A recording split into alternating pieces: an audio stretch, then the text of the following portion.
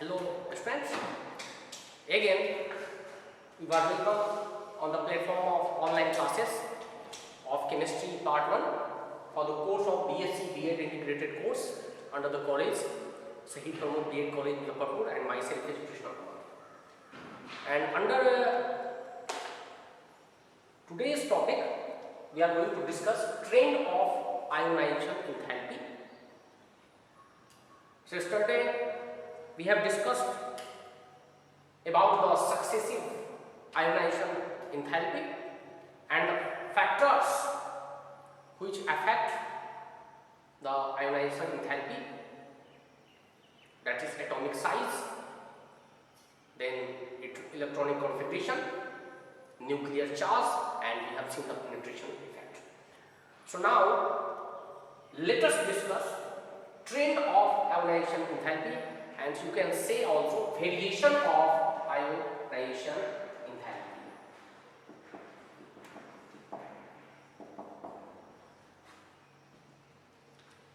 So first of all, let us see what is the trend of ionization enthalpy along the period. Actually, we have seen the atomic radius as well as ionic radius. In the same way, we will see what is the trend of ionization enthalpy along the period. So first point is along the period. Means along the period में जब हम left से right की तरफ जाते हैं periodic table में, तब ये आयोनाइजेशन एंथैल्पी का ट्रेंड कैसा रहता है. So let us discuss period 2. Consider we are discussing period 2, that is second. So what are the elements which falls in the second period? Can you tell me? Lithium, beryllium, boron, carbon, nitrogen, oxygen, fluorine and neon. तो ये जो elements है वो second period का है. तो इसमें हम देखेंगे कि आयोनाइजेशन एंथैल्पी का क्या ट्रेंड है. Okay, so if you see the atomic number, that is lithium 3, beryllium 4, boron 5, 6, 7, 8, 9, means number of atomic number is there from 3 to 10. But what is actually atomic number? Atomic number means number of protons present in the nucleus. Number of protons in the nucleus, and number of protons is nothing but nuclear charge. And we have discussed yesterday कि जिसका nuclear charge ज्यादा रहेगा उसका ionisation enthalpy ज्यादा होगा. यानी कि with increase of nuclear charge the magnitude of ionization enthalpy going to be increase, because nuclear charge is directly proportional to its ionization enthalpy. यानी कि यहां से अगर यहां पे हम जाएंगे along the period, then NC will increase, यानी कि नंबर ऑफ प्रोटॉन्स बढ़ता जाएगा, और जब नंबर ऑफ प्रोटॉन्स बढ़ता जाएगा इसका मतलब उसका आयोनाइजेशन एंथैल्पी भी बढ़ता जाएगा. इसका मतलब है कि along the period from left to right in the periodic table ionization enthalpy will increase. Okay, ये समझ में आ गया? क्यों बढ़ता है? क्योंकि न्यूक्लियर चार्ज बढ़ता है. न्यूक्लियर चार्ज क्यों बढ़ता है? क्योंकि नंबर ऑफ प्रोटॉन्स बढ़ता है. और नंबर ऑफ प्रोटॉन्स क्यों बढ़ता है? क्योंकि उसका एटॉमिक नंबर बढ़ता है. Simple. Okay, now the next point, that is down the loop. अब हम बात करेंगे डाउन द लूप, यानी कि what is the trend of enthalpy down the loop.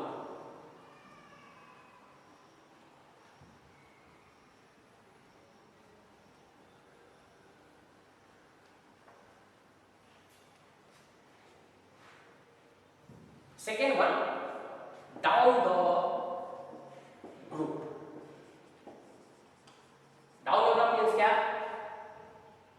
Upper to lower, यानी कि ऊपर से नीचे।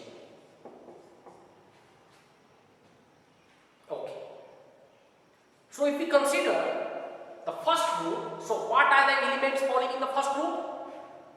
That is hydrogen, lithium,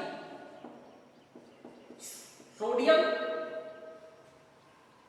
potassium, rubidium and cesium. So these are the elements which is falling under the first group. यानी कि group में क्या हो रहा है,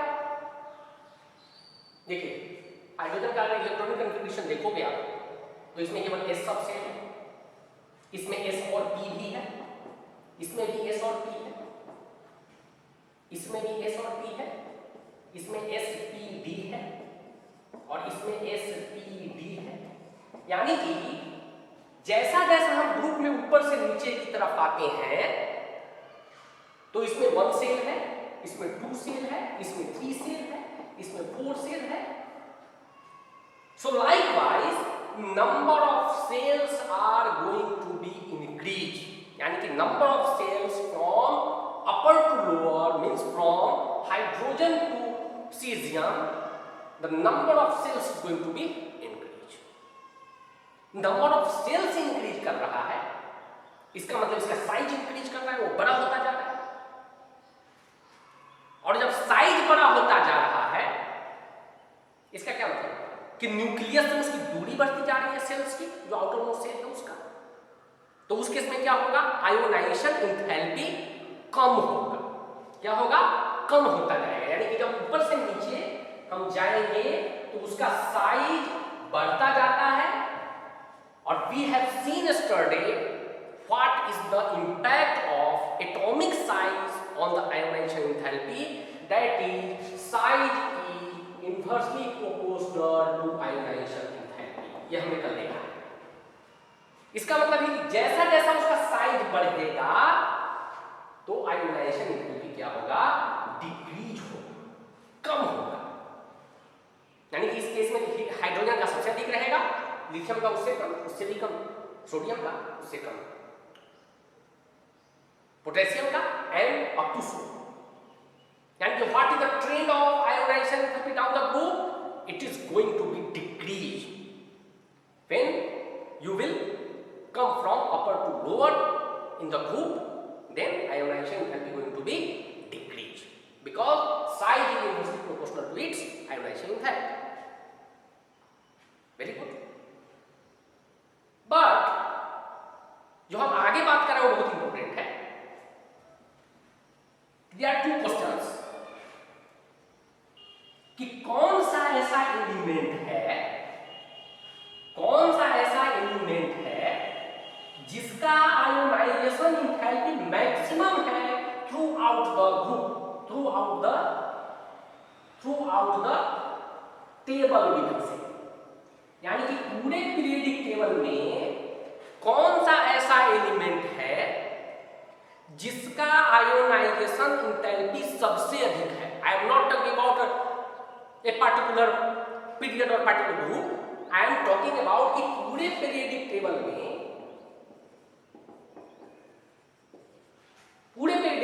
including all the elements, which is having maximum ionization enthalpy, क्या हो सकता है बोलिए। Thinkable, think. ओके, यानी कि अगर पीरियोडिक टेबल को अगर आप याद करोगे तो यहां पे हाइड्रोजन है और यहां पे सबसे लास्ट में क्या है, और यहां पे लिथियम है, ऐसा करके यहां पे सीसियम, उसके बाद यहां पे फ्रेंशियम।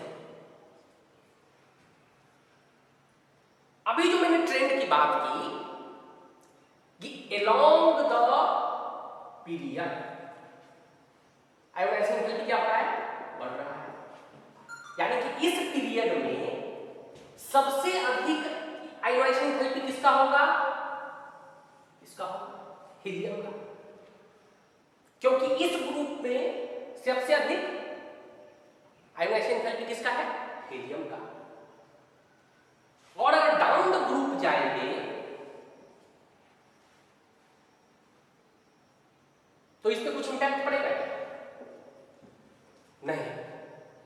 यानी कि पूरे पीरियोडिक टेबल में हीलियम एक ऐसा एलिमेंट है जिसको बाहर निकालने के लिए सबसे अधिक आयोनाइजेशन एंथैल्पी लगेगा। क्यों? आयोनाइजेशन एंथैल्पी ऑफ हीलियम का सबसे अधिक क्यों? इसके टू रीजंस हैं, there are two reasons behind that. पहला रीजन ऐसा है कि हीलियम एक इनर्ट गैस है, और जब इनर्ट गैस है इसका मतलब स्टेबल कॉन्फ़िगरेशन है, और जब स्टेबल कॉन्फ़िगरेशन है तो उसको बाहर निकालने के लिए सबसे अधिक एनर्जी लगेगी, यानी कि आयोनाइजेशन एंथैल्पी सबसे अधिक होगा। This is first reason. What is the second reason behind helium is the maximum ionization enthalpy? Second reason ऐसा है कि इसमें एस सबसेल है। क्या कौन सा सबसेल है? एस सबसेल है, और एस सबसेल न्यूक्लियस के सबसे अधिक नजदीक है। देयर नियरेस्ट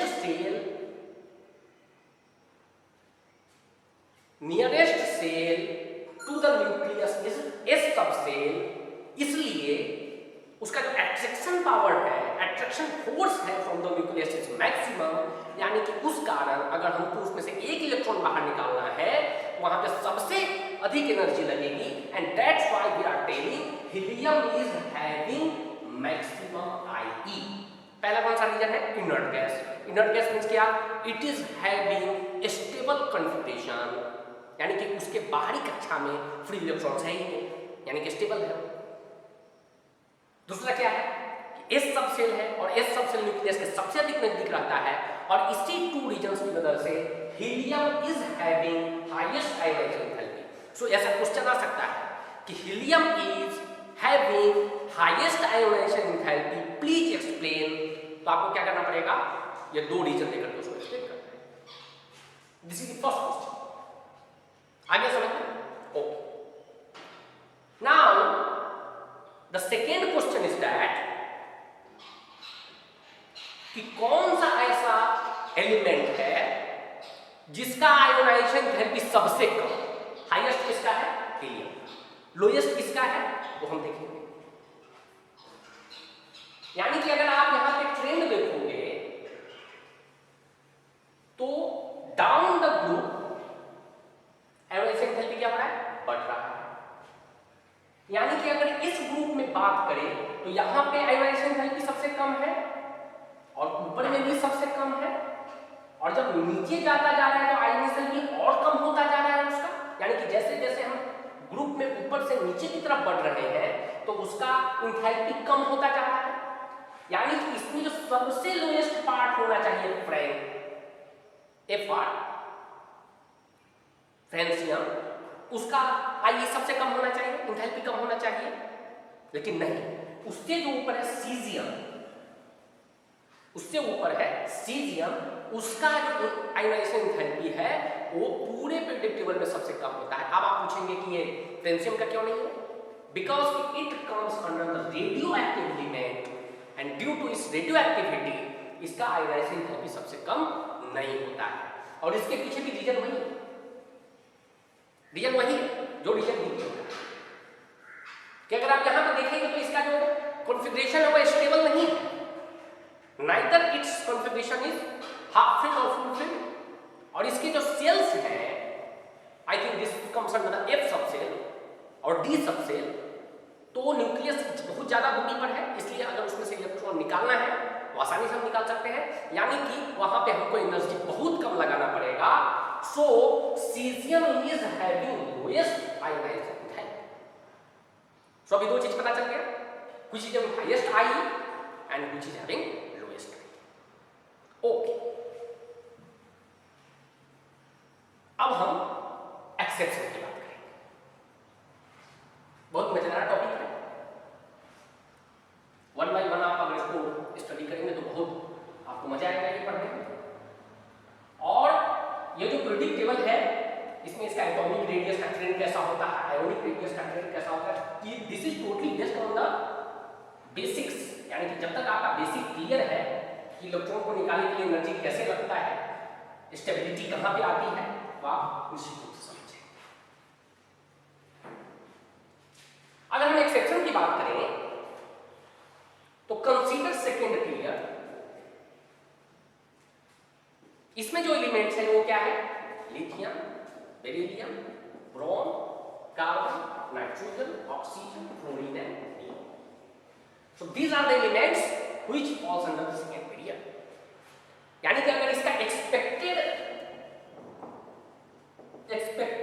आयोनाइजेशन एंथैल्पी की बात करेंगे तो कैसा होना चाहिए,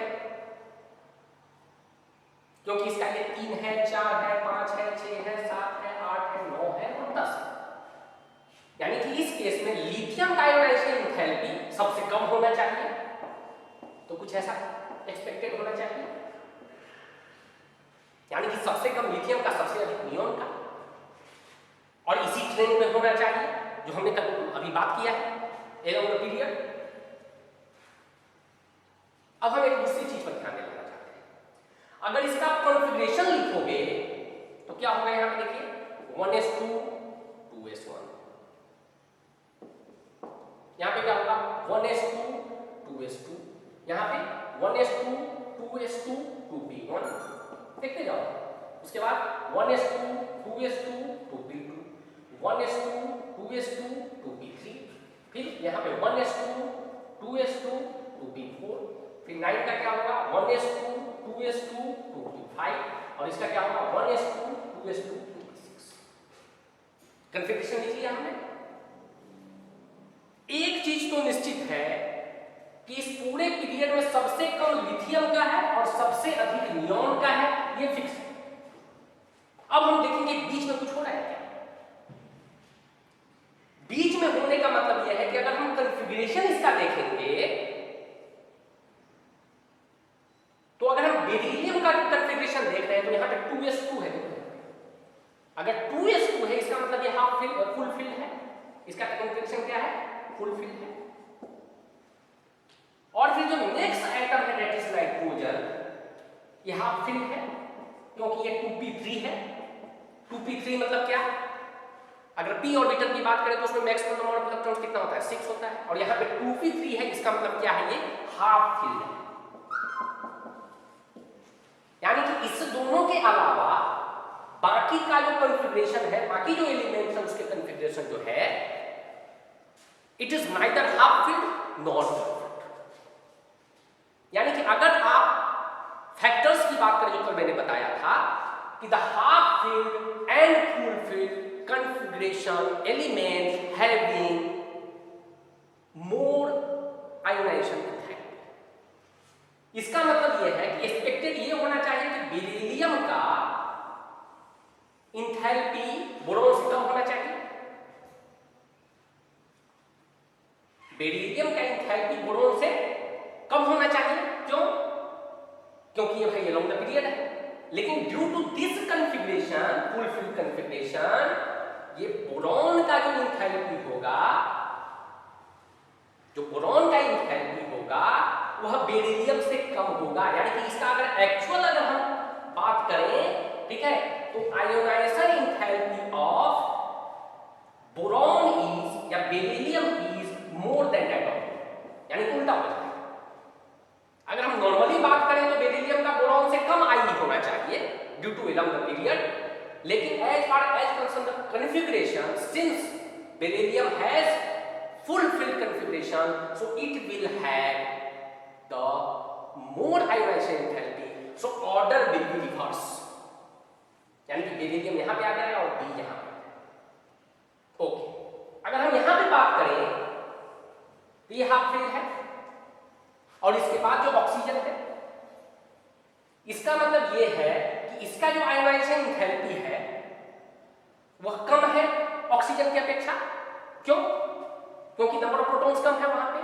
लेकिन अगर दूसरे फैक्टर की बात करें दैट इज इलेक्ट्रॉनिक कॉन्फ़िगरेशन, इसका मतलब है कि कॉन्फ़िगरेशन के हिसाब से ये ज्यादा स्टेबल है, और ज्यादा स्टेबल है तो नाइट्रोजन का जो आई होगा वह ऑक्सीजन से ज्यादा, नाइट्रोजन का जो आयोनाइजेशन एंथैल्पी होगा वो ऑक्सीजन से ज्यादा होगा। क्यों ज्यादा होगा, Because it is having half filled configuration which is considerably stable.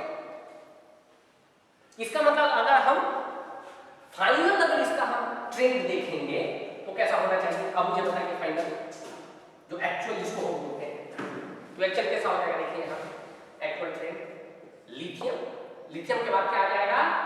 Boron, उसके बाद बेरिलियम, फिर उसके बाद क्या आ जाएगा? कार्बन, फिर उसके बाद ऑक्सीजन, फिर नाइट्रोजन, फिर उसके बाद फ्लोरीन आएगा और उसके बाद नियॉन आएगा।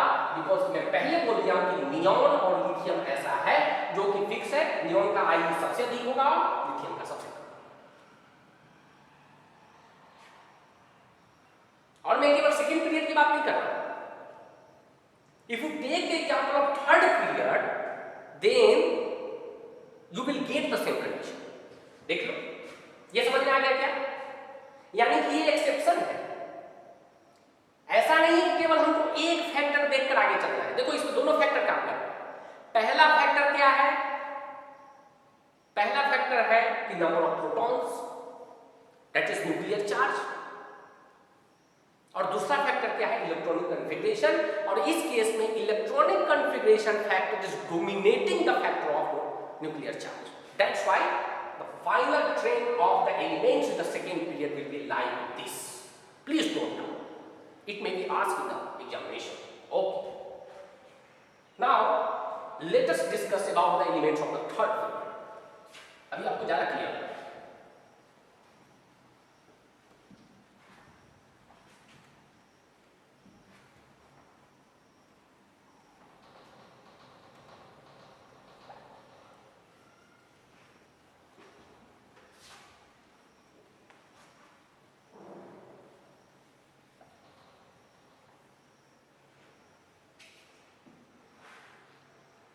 अब अगर हम थर्ड पीरियड की बात करेंगे, इसका मतलब क्या है? Na, Mg, Al, Si, P, S, Cl, R, यही तो है। Magnesium, sodium, magnesium, aluminium, silicon, phosphorus, sulphur, chlorine and then out. तो along the period क्या होना चाहिए?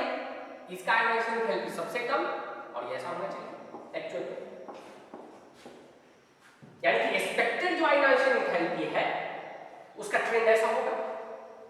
ओके, लेकिन अगर हम इलेक्ट्रॉनिक कॉन्फ़िगरेशन की बात करेंगे तो Mg का जो फाइनल यानी कि जो आउटर मोस्ट सेल है उसका कॉन्फ़िगरेशन क्या है? देखिए 3s2। और अगर हम फास्फोरस की बात करते हैं तो है 3p3। यानी कि ये जितने सारे एलिमेंट्स है उसमें मैग्नीशियम एक ऐसा एलिमेंट है जो कि फुलफिल है और फास्फोरस एक ऐसा एलिमेंट है जो कि हाफ।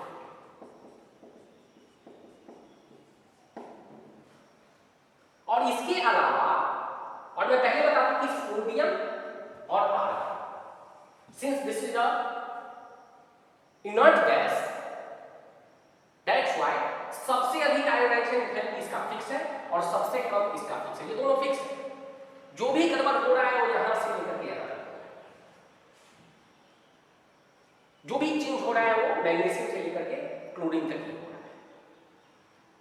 और due to the full filled as well as half filled configuration, actually the ionization enthalpy of Al, aluminum, ionization enthalpy of Al will be less than that of Mg। Actually में magnesium का कम होना चाहिए aluminium की अपेक्षा, लेकिन actually में aluminium का ionization enthalpy magnesium से कम होगा। Why it will be less? Due to its stable electronic configuration. Please keep it in mind. याद रखो इस चीज को। और same thing will be here. Expected value of ionization enthalpy of sulfur is more than that of phosphorus, but in actual condition the ionization enthalpy of phosphorus is more than that of sulfur due to its half-filled configuration. So what will be the actual trend? You can write down. Actual trend क्या होना चाहिए? ये expected है. Actual क्या हो जाएगा? Sodium. उसके बाद क्या हो जाएगा? एल्यूमिनियम. उसके बाद क्या हो जाएगा? मैग्नीशियम. उसके बाद क्या हो जाएगा? सिलिकॉन. उसके बाद क्या हो जाएगा? सल्फर. उसके बाद यहाँ पे फास्फोरस और यहाँ पे क्लोरीन और यहाँ पे आर्गन. आप यहाँ पे देखो मैग्नीशियम जो है वो एक के बाद आता है देखो और यहाँ पे सल्फर फास्फोरस के पहले आता है. यानी कि यहाँ पे ये जो दो चीज है ये आपको याद रखने की जरूरत है. देखो एक एक फैक्टर कैसा डोमिनेट कर रहा है अपने आप. यानी कि पहले फैक्टर से उसका जनरल रूल हो गया और उसी फैक्टर को डोमिनेट अगर दूसरा फैक्टर कर रहा है तो उसका फाइनल रिजल्ट ऐसा होगा.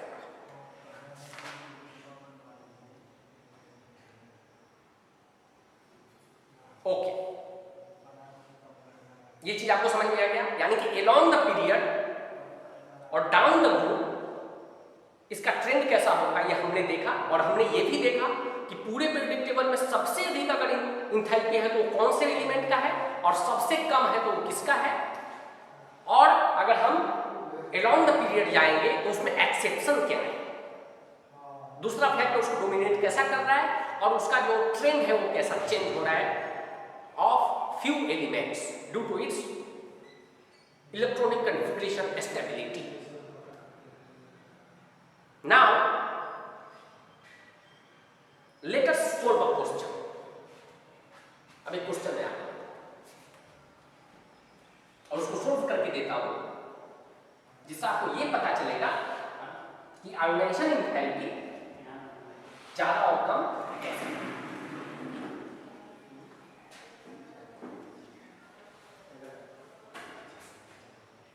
Let us question 1. What is question? Compare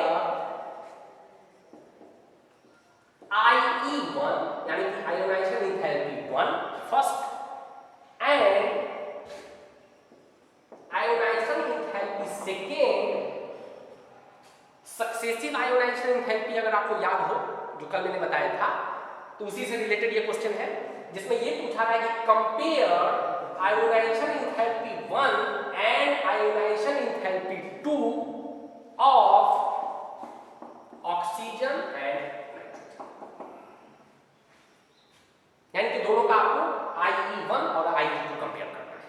यानी कि ऑक्सीजन का जो IE1 होगा और नाइट्रोजन को जो IE1 होगा उसमें क्या ट्रेंड है और IE2 का क्या ट्रेंड है इस दोनों एलिमेंट्स के बीच में.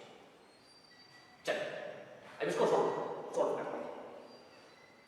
सबसे पहले बात करेंगे हम ऑक्सीजन. यानी कि ऑक्सीजन का एटॉमिक नंबर कितना है? 8 है. तो इसका कन्फिगरेशन क्या हो जाएगा देखिए 1s2 2s2 2p4. करेक्ट है. आयोनाइजेशन एंथैल्पी का मतलब क्या है कि इसमें से एक इलेक्ट्रॉन हम बाहर निकालेंगे.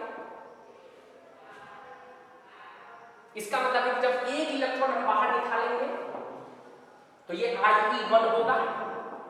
यही तो मैंने बताया था कि एक इलेक्ट्रॉन निकालने के बाद जो एंथैल्पी होगा उसको हम IE1 बोलेंगे.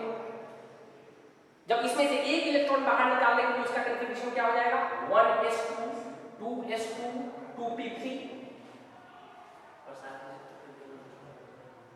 अब हम फर्दर क्या करेंगे एक इलेक्ट्रॉन और बाहर निकालेंगे तो इसको हम क्या बोलेंगे IE2. IE1 यहां पे जब पहला इलेक्ट्रॉन निकाला तो इसका कन्फिगरेशन क्या है 1s2 2s2 2p4. जब 1 इलेक्ट्रॉन निकालेंगे तो इसका कितना हो जाएगा 2p3 और जो फाइनल कन्फिगरेशन हो जाएगा दो इलेक्ट्रॉन निकालने का तो क्या हो जाएगा तो यहां पे 1s2 2s2 2p4.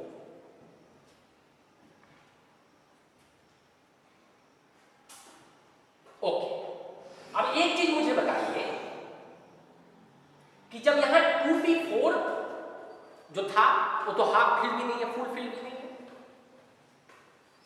और जब उसमें से एक इलेक्ट्रॉन निकालने के बाद ये क्या हो गया ये हाफ फिल.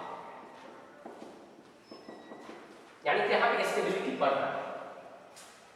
इसका मतलब निश्चित रूप से अगर हम कंपेयर करेंगे तो यहां से इलेक्ट्रॉन निकालना ज्यादा डिफिकल्ट होगा, यानी कि इस केस में आयोनाइजेशन एंथैल्पी ज्यादा होगा। करेक्ट, ये चीज मैं आपको ध्यान में रखूंगा। अब हम बात करेंगे नाइट्रोजन। नाइट्रोजन की बात क्या है? 7, यानी कि इसका कन्फिग्रेशन क्या हो जाएगा? 1s2 2s2 2p3। अब देखो यहां पर 2p3 है, इसका मतलब ये अभी ही क्या है? Half fill. और जब इसमें से हम एक इलेक्ट्रॉन निकालेंगे तो ये क्या हो जाएगा? I1। और इसका कन्फिग्रेशन क्या हो जाएगा? 1s2 2s2 2p2। और फिर इसमें से एक इलेक्ट्रॉन निकालेंगे, दैट इज I-2। तो ये क्या हो जाएगा? I2। और इसका कन्फिग्रेशन हो जाएगा 1s2 2s2 2p1। यानी कि आप देखो यहां पे जो I का वैल्यू होगा और यहां पे जो I का वैल्यू होगा, उसमें क्या रिलेशन होना चाहिए? यानी कि ऑक्सीजन वाले केस में और नाइट्रोजन वाले केस में अगर आप देखोगे कि इसमें अगर हम एक इलेक्ट्रॉन निकाल रहे हैं तो जो वैल्यू आया है, और जो नाइट्रोजन वाले केस में एक इलेक्ट्रॉन निकाल रहे हैं और उसमें जो वैल्यू आया उसमें दोनों में ज्यादा कौन सा है? ये सोचने की बात। निश्चित रूप से नाइट्रोजन का जो इलेक्ट्रॉन है वो निकालने में ज्यादा एनर्जी लगेगी। क्यों ज्यादा लगेगी? क्योंकि यहां पे हाफ फिल्ड कन्फिग्रेशन है, इसका कन्फिग्रेशन यहां पे स्टेबल है। इसका मतलब है कि IE of nitrogen, IE1, I M talking IE1 of nitrogen is more than IE1 of oxygen. Agree करते हो आप? यानी कि अगर IE1 की बात करें, जो फर्स्ट आयोनाइजेशन एंथैल्पी है, वह नाइट्रोजन का ज्यादा होगा ऑक्सीजन की अपेक्षा, क्योंकि इसका जो कन्फिग्रेशन है इलेक्ट्रॉन निकालने से पहले ज्यादा स्टेबल है। क्यों ज्यादा स्टेबल है? क्योंकि ये हाफ फिल। अब हम I2 की बात करें। आप मुझे बताइए कि I2 में क्या होना चाहिए? अब I2 में ठीक उल्टा है। देखो यहां पे जब I2 मींस दूसरा इलेक्ट्रॉन निकाल रहे हैं उस समय ऑक्सीजन का जो कन्फिग्रेशन है वो ज्यादा स्टेबल है, क्योंकि ये हाफ फिल। इसका मतलब है कि IE2 of oxygen is more then IE2 of nitrogen. देखो कैसा कॉन्सेप्ट यूज हो रहा है। अगर हम जनरल बात करें तो ऑक्सीजन का ज्यादा होना चाहिए नाइट्रोजन की अपेक्षा। क्यों? क्योंकि इसका नंबर ऑफ प्रोटॉन्स ज्यादा है। लेकिन जब एक एक इलेक्ट्रॉन बाहर निकल रहा है तो इसका कन्फिग्रेशन चेंज हो रहा है, और कन्फिग्रेशन चेंज होने के कारण इसका जो स्ट्रेंथ है, स्टेबिलिटी भी चेंज हो रहा है। दैट्स व्हाई इस दोनों में डिफरेंस आ रहा है। यानी कि इसका जो फाइनल आंसर होगा वो क्या होना चाहिए? क्योंकि क्वेश्चन था, कंपेयर करना था, तो इसका जो फाइनल आंसर होगा कि IE1 of nitrogen is more than IE1 of oxygen, and second one IE2 of oxygen is more than IE2 of nitrogen.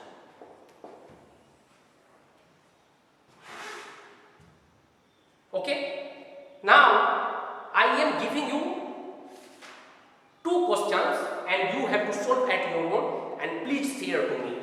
Okay, then I will understand whether you are understanding this topic. मैं ये दो question आपको देता हूं और इस topic को यहीं बस बनाता हूं और कल मैं बात करना चाहता हूं।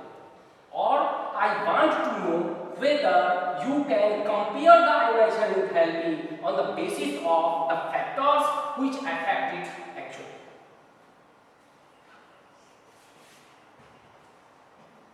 क्वेश्चन नंबर 1 जो आपको घर पे बनाना है, compare IE1 and IE2 of chromium and magnesium।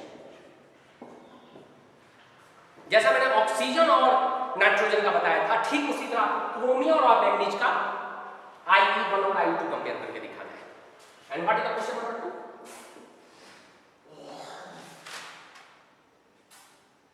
Compare the IE1 and IE2 of N and N plus।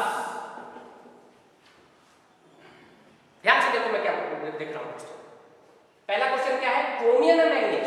देखो यहाँ पे एलिमेंट डिफरेंट है, यहाँ पे क्या है नाइट्रोजन और नाइट्रोजन प्लस है, सेम एलिमेंट है, तो ध्यान से करना, करेक्ट है। So please solve this question at your own and please share to me through whatever media you have. You can give me on the comment section in the YouTube or on the WhatsApp. So I think this is the topic, it is very understandable to you और कुछ इसमें problem नहीं होना चाहिए, आप समझ गए होंगे। और ये दो क्वेश्चन सोल्व करके मुझे शेयर कीजिए। And that's it from the today's topic. We will discuss the next topic that is electronegativity by tomorrow. And today thank you very much for watching the video. Thank you.